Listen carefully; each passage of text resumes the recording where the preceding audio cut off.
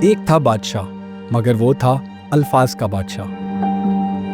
اس کی شہنشاہی الفاظ پر تھی۔ وہ اس زبان کا سب سے بڑا شاعر تھا۔ الفاظ اور خیالات ہاتھ باندھے اس کے تخیل کے دربار میں کھڑے رہتے تھے۔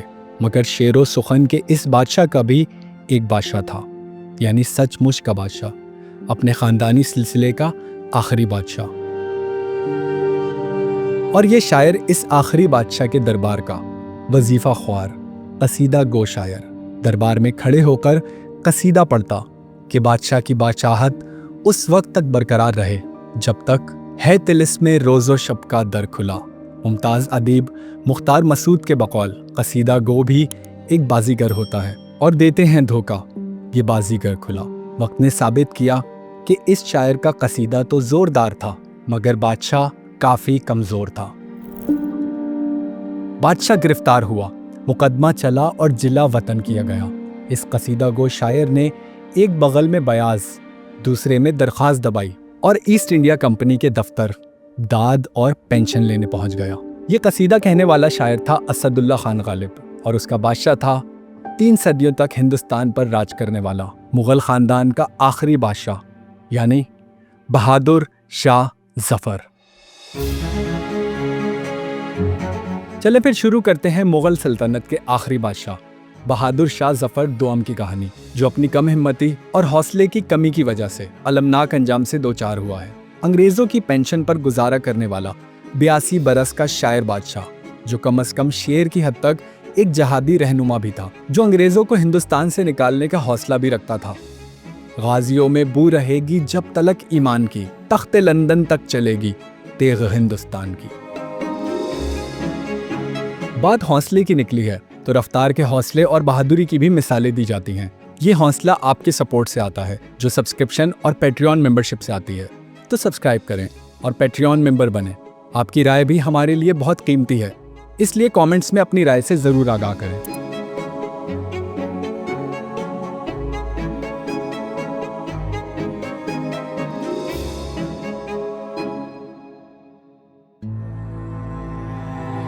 وہ 21 ستمبر 1857 کی ایک بوجھل اور اداس دوپہر تھی۔ دلی کے دروازے کے باہر ہمایوں کا مقبرہ، جسے شہر خاموشہ کہا جاتا تھا، اس دن ایک گرتی ہوئی عظیم سلطنت کے آخری نوحے کا گواہ بننے جا رہا تھا۔ وہ شہنشاہ جس کی رگوں میں تیمور اور چنگیز کا خون دوڑتا تھا، جو لال قلعے میں رہتا تھا مگر جس کا دل درویشوں کی بستیوں میں بستا تھا۔ وہ شاعر جس نے دہلی کو علم و ادب کا گہوارہ بنایا، آج اپنی ہی راجدھانی میں قیدی بنایا جا رہا تھا۔ دوسری طرف میجر ولیم ہڈسن کھڑا تھا۔ ہڈسن کے پاس صرف 50 سوار تھے، جنہیں 2 ماہ پہلے ہی پنجاب سے بھرتی کیا گیا تھا، کیونکہ ایسٹ انڈیا کمپنی کے اپنے سپاہی بغاوت کر چکے تھے۔ ہڈسن کے ہاتھ ریوالور پر تنے ہوئے تھے اور انگلیاں بے چین تھیں۔ اسے خوف اس 82 سالہ ضعیف انسان سے نہیں تھا، بلکہ اس خیال سے آ رہا تھا کہ اگر اس بوڑھے شخص نے ایک آواز لگا دی تو ہمایوں کے مقبرے پر جمع سینکڑوں لوگ اور جنگجو لمحے بھر میں ہی اسے اور اس کے سپاہیوں کو مٹی کے ڈھیر میں تبدیل کر دیں گے۔ لیکن پھر چشم فلک نے یہ منظر بھی دیکھا کہ وہ بادشاہ اس مقبرے کی دیواروں کے پیچھے سے برآمد ہوا۔ اس نے ہڈسن کو اپنا وعدہ دہرانے کے لیے کہا۔ گرفتاری پیش کرنے کے بدلے بادشاہ کو اس کی چہیتی بیوی اور بیٹے کی جان کی ضمانت دے دی گئی تھی، اور پھر مغلوں کی آخری شمشیر، جو صدیوں تک ہندوستان کے اقتدار کی علامت رہی تھی، ایک معمولی میجر کے حوالے کر دی گئی۔ وہ بادشاہ جو چند لمحے پہلے تک ذل الہی اور عالم پناہ تھا، اب قیدی نمبر 1001 بن گیا تھا۔ ویسے ہی کچھ سنا سنا لگ رہا ہے نا؟ خیر، دلی کمشنر آفس میں موجود غدر کے ریکارڈ میں میجر ہڈسن کا ایک خط موجود ہے، جس میں وہ لکھتا ہے، بادشاہ کے ساتھ موجود ہجوم کو دیکھ کر اسے خوف آیا۔ ہمایوں کے مقبرے سے واپس دلی کے دروازوں تک کا سفر کبھی ختم نہ ہونے والا معلوم ہوا۔ ہر لمحے یہ خطرہ رہا کہ بادشاہ کو چھڑانے کی کوشش کی جائے گی۔ اس ہجوم میں وہ مسلح افراد بھی تھے جنہیں مجاہدین کہا جاتا تھا، لیکن حیرت کی بات یہ ہے کہ کسی نے بھی مزاحمت نہیں کی۔ اگر آپ عالمی سیاست میں دلچسپی رکھتے ہیں تو آپ نے ایسے ہی مناظر 2026 کے آغاز میں دیکھے ہوں گے، جب امریکی فوج وینزویلا کے صدر نکولس مادورو اور ان کی اہلیہ کو ان کے صدارتی محل سے اٹھا کر لے گئی۔ مادورو کی قیدیوں کے لباس میں تصاویر دنیا بھر کو دکھا کر ان کی ذلت کا اہتمام کیا گیا۔ مادورو پر کوکین اسمگلنگ اور منشیات فروشیوں سے پارٹنرشپ کے الزامات عائد بھی کیے گئے۔ اس سے پہلے دسمبر 2003 میں عراق کے صدر صدام حسین کی گرفتاری کے مناظر بھی اسی طرح ٹی وی اسکرین پر نشر کیے گئے تھے۔ Saddam Hussein per weapons of mass destruction بنانے کے الزام لگائے گئے تھے۔ اہم رہنما کی گرفتاری پر یہ ذلت، یہ رسوائی، یہ تماشا بے سبب نہیں ہوتا، بلکہ یہ ایک اہم جنگی ہتھیار ہے۔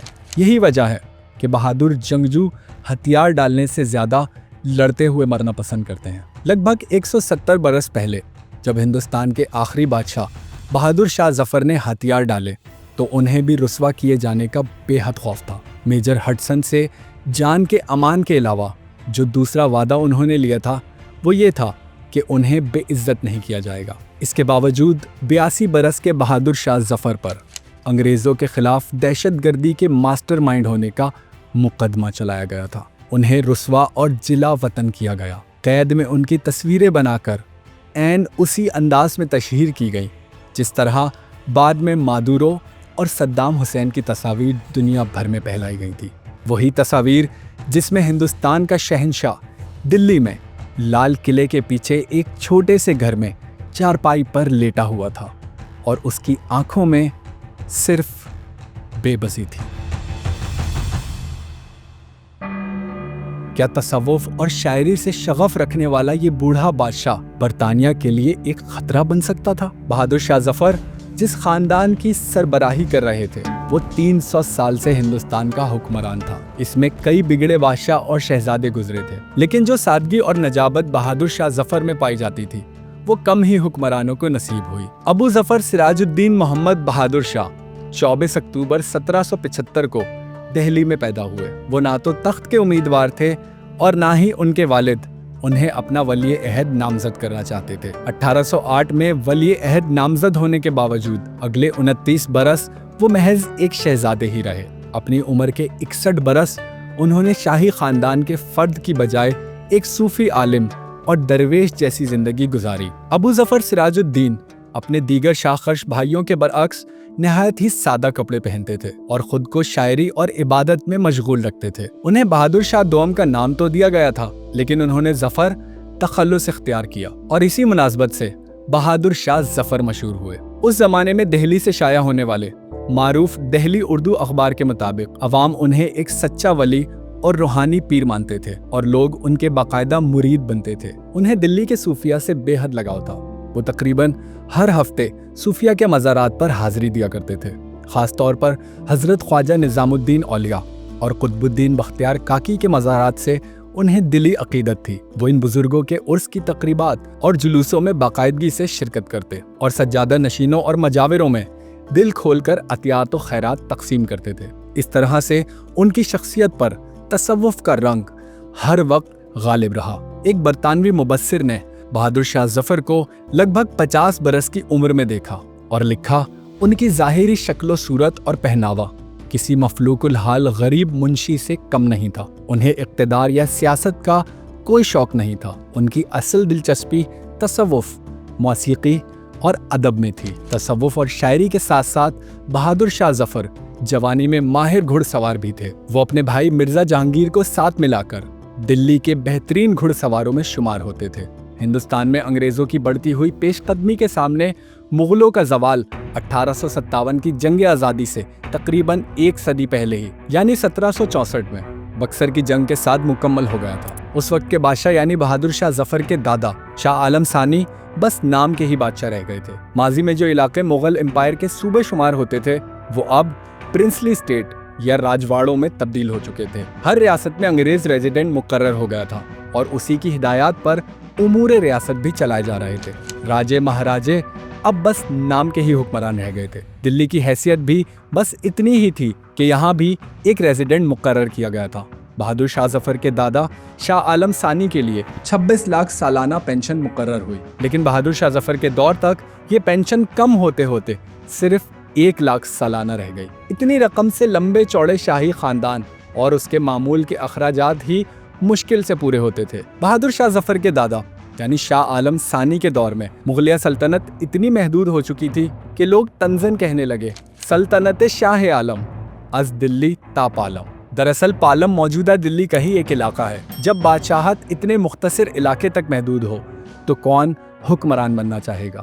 لیکن تخت کے خواہش مند بہت تھے، اور یہ خواہش بلا سبب نہیں تھی۔ نام کی حد تک ہی صحیح ہندوستان پر سکہ اب بھی مغل بادشاہ کا ہی چلتا تھا۔ مرہٹے ہوں یا روہیلے یا پھر خود انگریز، سب مغل بادشاہ کے نام پر حکمرانی کر رہے تھے۔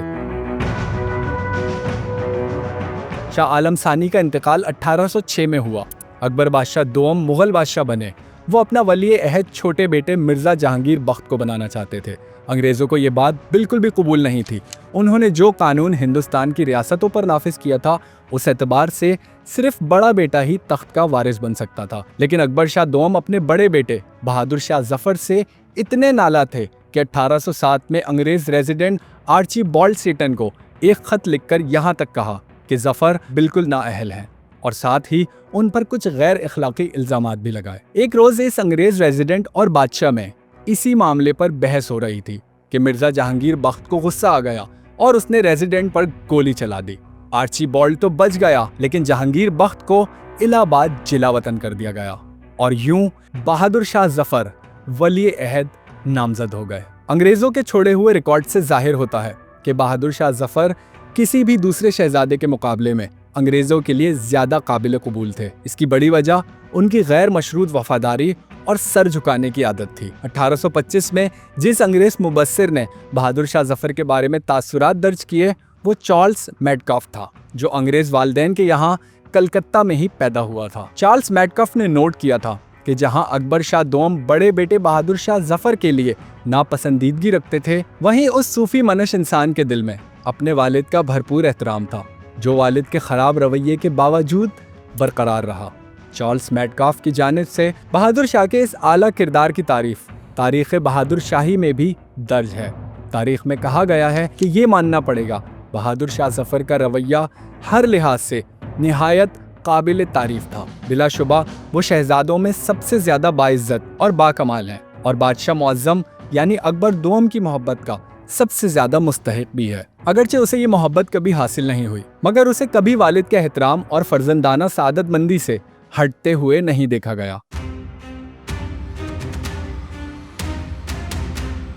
بہادر شاہ ظفر اپنے والد کے انتقال کے بعد بادشاہ بن گئے۔ اس وقت ان کی عمر 62 برس تھی، لیکن دوسروں کو خوش کرنے کی عادت اور قوت فیصلہ کی کمزوری ان میں باقی رہی، اور اس کا اثر لال قلعے کے اندرونی حالات پر بھی حاوی تھا۔ بظاہر تو قلعے کے دیوان خاص میں غزلیں گنگنائی جا رہی تھیں، لیکن قلعے کا زنان خانہ یعنی حرم سازشوں، حسد اور اقتدار کی اندھی ہوس کا گڑھ بن چکا تھا۔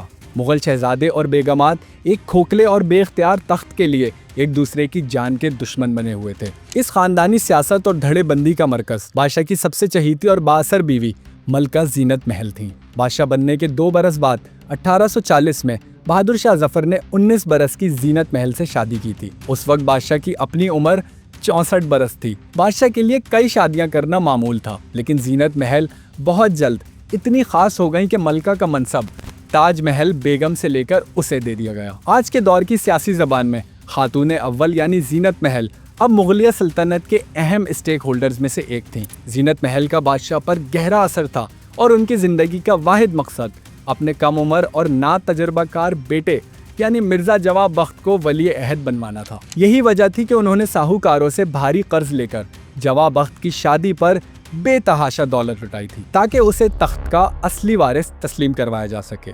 زینت محل کی اس اندھی خواہش نے بادشاہ کے بڑے بیٹے اور تجربہ کار دوسرے بیٹوں کو بھی، جن میں مرزا مغل سر فہرست تھے، شدید احساس محرومی اور بغاوت پر مجبور کر دیا۔ 16 بیٹوں کے درمیان ولی عہدی کی اس جنگ نے مغل خاندان کو ٹکڑوں میں بانٹ دیا تھا۔ یہ ہوس اقتدار اتنی اندھی ہو چکی تھی کہ باپ بیٹے کے رشتے کا تقدس بھی ختم ہو گیا تھا۔ اس درباری سازش کا سب سے خوفناک اور شرمناک واقعہ اسی وقت پیش آیا جب ظفر کے اپنے سگے بیٹے یعنی مرزا قیام الدین نے اپنے ہی بوڑھے باپ کو قتل کرنے کی لرزہ خیز سازش کی تھی۔ اقتدار کے حصول کے لیے بے چین اس شہزادے نے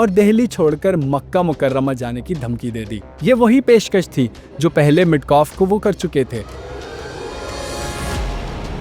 جنگ آزادی نے شاہی خاندان کے اندر کشمکش تیز کر دی تھی۔ زینت محل کا خیال تھا کہ وہ باغی سپاہیوں کے خلاف انگریزوں کا ساتھ دے کر جواں بخت کو ولی عہد بنوا سکیں گی۔ دوسری طرف مرزا مغل کی نظر میں یہ انگریزوں کو ہندوستان سے نکالنے اور بادشاہت بچانے کا ایک آخری موقع تھا، اور بہادر شاہ ظفر ایک بار پھر فیصلہ نہ کر سکے۔ زینت محل نے بادشاہ کے ذہن میں یہ زہر ڈالا کہ مرزا مغل نے بادشاہ سے بالا ہی بالا باغی سپاہیوں سے رابطے قائم کر رکھے تھے۔ بہادر شاہ ظفر کو اپنے سب سے قابل بیٹے کی نیت پر شک ہونے لگا تھا۔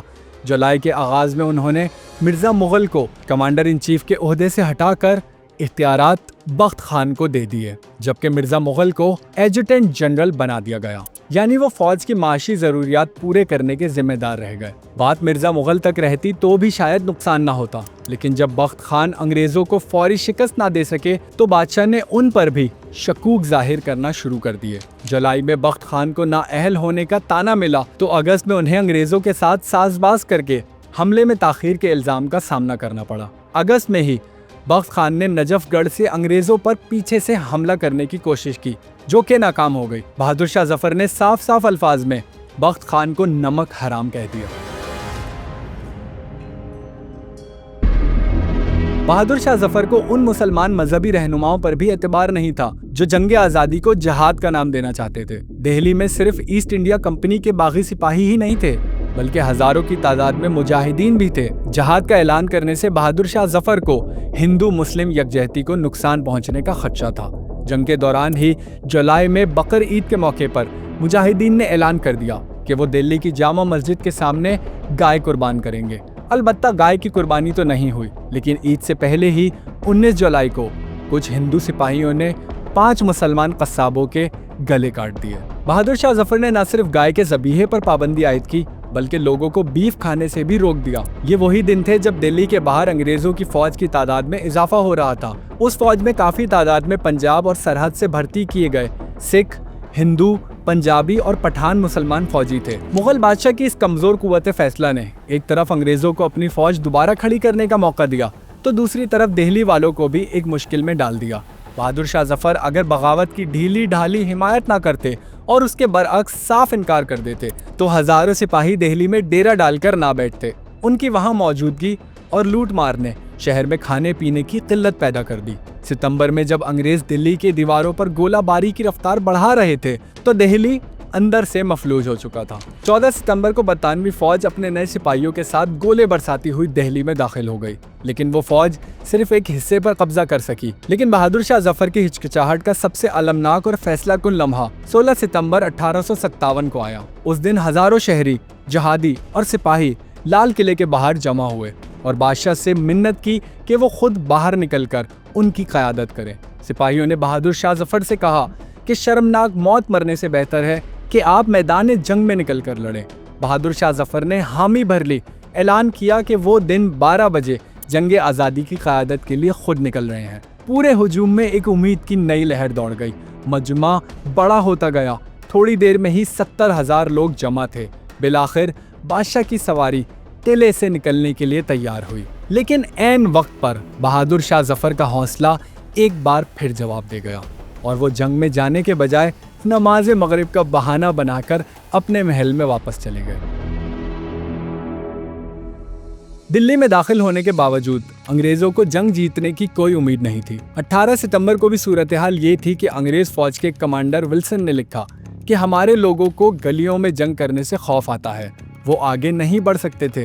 یہ الگ بات ہے کہ بہادر شاہ ظفر 16 ستمبر کو ہی ہمت ہار چکے تھے۔ 17 ستمبر کو وہ اعلی صبح آخری بار قلعے سے باہر نکلے، دریائے جمنا کے راستے پرانے قلعے کے گھاٹ پر اترے اور وہاں سے نظام الدین اولیاء کی درگاہ پہنچے۔ درگاہ پہنچ کر بادشاہ نے اپنے خاندانی تبرکات، جن میں ایک ڈبیا کے اندر رسول اللہ صلی اللہ علیہ وآلہ وسلم کے 3 منہ مبارک بھی شامل تھے، درگاہ کے سجادہ نشینوں کے حوالے کیے اور وہاں لنگر بھی کھایا۔ اس کے بعد ان کے خاندان کے باقی افراد بھی آ ملے اور یہ پورا قافلہ پناہ کے لیے اپنے آباء و اجداد کے مدفن یعنی ہمایوں کے مقبرے چلا گیا۔ 20 ستمبر کی رات جنرل بخت خان ہمایوں کے مقبرے آیا اور بادشاہ کی منت کی کہ وہ اس کے ساتھ لکھنؤ چلے تاکہ جدوجہد آزادی جاری رکھی جا سکے، لیکن انگریز نواز حکیم احسن اللہ نے بادشاہ کو ڈرا کر وہاں سے جانے سے روک دیا۔ بخت خان کے جانے کے بعد اسی رات زینت محل اور ان کے ساتھیوں نے میجر ہڈسن سے معاملات طے کر لیے۔ 21 ستمبر کو ہڈسن 50 سواروں کے ساتھ مقبرے کے باہر پہنچا اور خود مقبرے کے دروازے سے باہر چھپ کر مولوی رجب علی اور مرزا الہی بخش کو مذاکرات کے لیے اندر بھیجا گیا۔ ہڈسن کی ہدایات تھی کہ بادشاہ غیر مشروط سرنڈر کرے ورنہ مقبرے سے باہر آنے پر اسے گولی مار دی جائے گی۔ 2 گھنٹے کے طویل انتظار کے بعد بہادر شاہ ظفر اور زینت محل اپنی پالکیوں میں باہر آئے، لیکن انہوں نے پیغام بھیجا کہ وہ ہڈسن کی اپنی زبان سے جان کی امان کی ضمانت سننا چاہتے ہیں۔ ہڈسن نے گھوڑے پر آگے بڑھ کر ضمانت دی کہ بادشاہ کی جان بخش دی جائے گی اور ان کی کوئی تذلیل نہیں کی جائے گی۔ اگلے کچھ گھنٹے میں بہادر شاہ ظفر اپنے ہی لٹے ہوئے قلعے میں ایک قیدی کی طرح داخل ہوئے، لیکن اسی دوپہر بادشاہ کو زینت محل کی لال کنویں والی حویلی میں منتقل کر دیا گیا، جہاں ان پر کڑے پہرے لگا دیے گئے۔ اس کے اگلے روز مرزا مغل، خضر سلطان اور ابو بکر کو بھی اسی طرح گرفتار کیا گیا، لیکن ہڈسن نے انہیں خونی دروازے پر گولیاں مار کر قتل کر دیا۔ شاہی خاندان کے افراد پر زمین تنگ کر دی گئی۔ انگریز دلی میں ہر کسی کو قتل کر رہے تھے۔ شہزادے محل چھوڑ کر جنگل کی طرف بھاگ رہے تھے۔ حسن نظامی کی کتاب بیگمات کے آنسوؤں میں ایسے کئی شہزادے اور شہزادیوں کے قصے ہیں جو عام لوگوں کے یہاں ملازمتیں کرتے رہے اور تانے سنتے رہے، کیونکہ انہیں کوئی ہنر ہی نہیں آتا تھا۔ پھر ان میں سے بعض کا انگریز نے وظیفہ باندھ دیا۔ بہادر شاہ ظفر پر 1 برس مقدمہ چلا۔ اس کے بعد انہیں زینت محل اور جمع بخت کے ساتھ برما جلا وطن کر دیا گیا۔ 7 اکتوبر 1858 کی صبح 4 بجے بادشاہ کو ایک بیل گاڑی میں بٹھا کر لاہوری دروازے سے نکالا گیا۔ یہ ٹھیک وہی دن تھا جب 332 سال پہلے ان کے جد امجد بابر نے دلی فتح کیا تھا۔ بہادر شاہ ظفر اور ان کے 13 ساتھیوں نے بیل گاڑیوں پر طویل اور تکلیف دہ سفر طے کیا، جنہیں دسمبر 1858 میں رنگون پہنچنے کے بعد ایک لکڑی کے بنگلے میں منتقل کر دیا گیا۔ اس بنگلے کے چاروں طرف 10 فیٹ اونچی لکڑی کی باڑ لگی ہوئی تھی۔ بہادر شاہ ظفر کی صحت اب گر چکی تھی۔ قید خانے میں انہیں قلم اور کاغذ تک بھی رسائی نہیں دی گئی تھی، لہٰذا وہ جلی ہوئی لکڑی یعنی کوئلے سے دیواروں پر شاعری لکھتے تھے۔ اس تنگ قید خانے میں بھی شاہی خاندان کے آپسی جھگڑے عروج پر تھے۔ زینت محل اکثر اپنے چھینے گئے خزانوں کا شکوہ کرتی تھیں۔ شہزادہ جمع بخت بہت بگڑ چکا تھا۔ وہ گارڈز کو رشوت دے کر شراب منگوا کر پیتا تھا اور اس کی اپنی ماں یعنی زینت محل اور بیوی شاہ زمانی بیگم کے ساتھ اکثر جھگڑے رہتے تھے۔ یہ خاندان قید خانے کے اندر بھی مختلف دھڑوں میں بٹ چکا تھا، یہاں تک کہ الگ الگ کھانا پکاتا تھا۔ 7 نومبر 1862 کی صبح 5 بجے 87 برس کی عمر میں ہندوستان کے آخری مغل شہنشاہ کا رنگون میں انتقال ہو گیا۔ تدفین کے بعد بہادر شاہ ظفر کی قبر انگریزوں نے برابر کر دی تھی تاکہ کوئی مزار نہ بنے۔ 130 سال بعد 16 فروری 1991 کو یہ قبر اس وقت اتفاقاً دریافت ہو گئی جب وہاں کھدائی کے دوران مزدوروں کو ایک اینٹوں والی پرانی قبر اور ایک مکمل ڈھانچہ ملا۔ یہ قبر اب ایک خاصی بڑی درگاہ کی شکل اختیار کر چکی ہے۔ مقامی لوگ یہاں مرادیں مانگنے آتے ہیں۔ بہادر شاہ ظفر ایک صوفی تھے، شاید انہیں ان کا مقام مل گیا ہے۔